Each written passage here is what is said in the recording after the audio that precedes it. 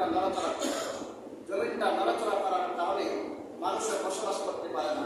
যেমন যখন জমিনের মধ্যে কম্পন সৃষ্টি হয়ে যায়, মানুষ সবাই আতঙ্কের মধ্যে থাকে, গাড়িগুলি চলাচল ভালোভাবে করতে পারে না। আপনার